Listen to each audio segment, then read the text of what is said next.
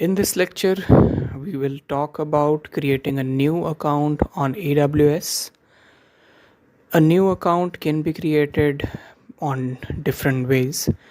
Basically, in this lecture, we will talk about how you can create a free tier account on AWS. So, you will get to this page. The link is portal.aws.amazon.com/billing/signup /start/email, or you can directly Google the free account creation link for AWS and you can get landed to this page. Here you will type your details and you will be able to create a new account for yourself. Once the account is done, you will be provided with a different page. Let me show it to you. Yeah, this page. So this is the console home for AWS. It will show you all the tools, all the services available in AWS on itself. You can just directly click on services and different sections of AWS services will be provided or shown to you. Okay, let's take a tour of this account for now. On the left side, you can see the logo of AWS. Once you click on this logo, you will be forwarded to the console home only. So you could be anywhere working on any service of AWS. If you just click on AWS logo on the top left corner, you will be forwarded to the console home and you can switch from one service to another service from here. Further going to the right side, we have the option of services. Inside the services, we have different sections available here. These sections are actually having all the services of AWS inside them. For example, if we click on analytics, we will see all the service inside the analytics available on the right panel. If we go for AR and VR, we have that service also. Maybe let's click on compute and we have the services of compute section available on the right pan here. Next to the services, we have the search bar. If we don't know the services available in which section, we can directly click on the search bar and look for the service. Like let's say we are looking for billing. So everything which is related to the billing would be shown to us and we can find which thing we were looking for. This search bar is actually very interesting and very useful also, as without getting into the service and without finding the service, we can directly get to the service by typing the name of the service directly here. Let's say if we type EC2, EC2 will be popped up directly in front of us. So this is a quicker way of finding the services. Further going on to the right side, we have another option which is for Cloud Shell. Simple CLI version of AWS, and not just commands, but you can actually type the scripts also here. And if you don't wish to put any GUI or you don't wish to use any GUI for AWS, you can directly go to the shell and you can type the commands here also. So these commands will be capable of doing each and everything you can do with the help of GUI.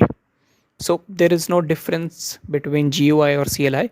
The only thing is the visibility or the graphics will be lower in CLI. The next icon on the right side is of a bell icon, which is for notifications. So multiple types of notifications for which your attention is required, they will be visible here. Like for any open issue for your account, any scheduled changes in your account, or any other notification will be visible here to us. Further going on, the next icon is for help or support. Inside support, we can find multiple options like support center, where we can open the tickets with AWS, expert help, where we can look for help from somebody who is an expert with AWS. We can mention repost, or if we have found the solution of a problem, we can post the solution also on repost. Documentation. So everything which is available in AWS is documented here. So you can find the information of every topic inside the documentation section. Training. AWS also provides the training for the products provided by it. So you can find more trainings here. Getting started resource centers. So here you will find some small trainings or some small instructions to create a setup completely. So it would be just like that you want to create a small setup, you can find the details or the instructions for it here. Feedback, as you know, if you wish to provide any feedback to AWS, you can provide the feedback here also.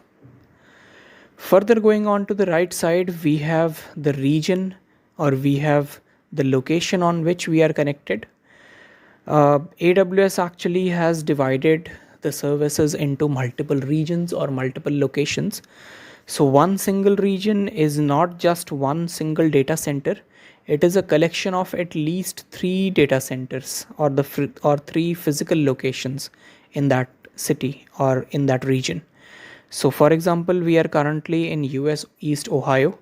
So it means inside the Ohio, we have few data centers and we are working on this complete region. AWS has multiple regions, and by default, every region will have at least 3 data centers inside it. And each data centers is identified with the name which is called availability zone.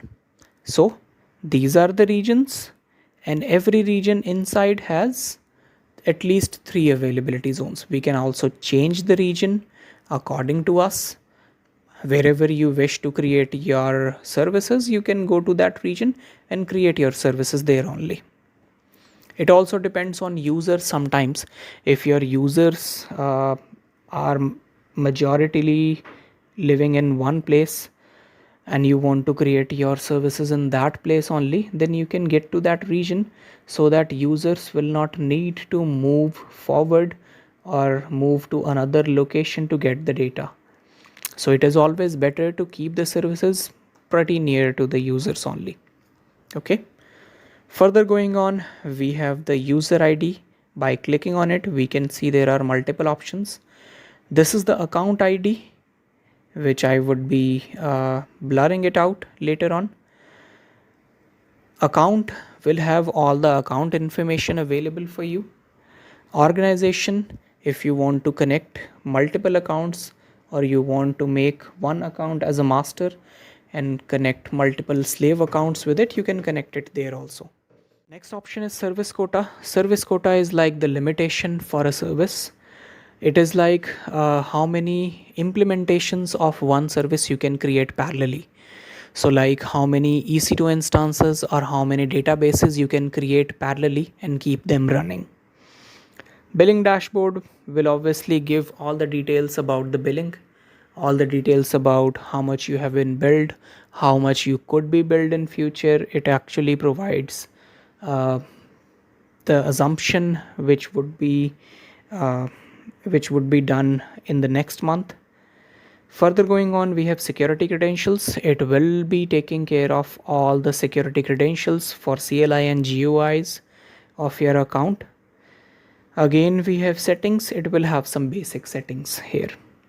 So this was actually a tour of your account in which we actually saw how the services can be seen, how other options can be found.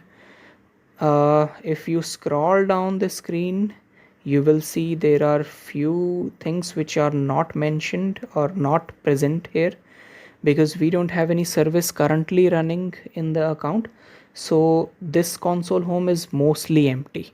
But in the future, if we create or once we create other services, you will see some things going on up here. But yeah, that would be a thing in the future. For today, have a nice day ahead. And if you like the lecture, please subscribe and like the video. Thank you.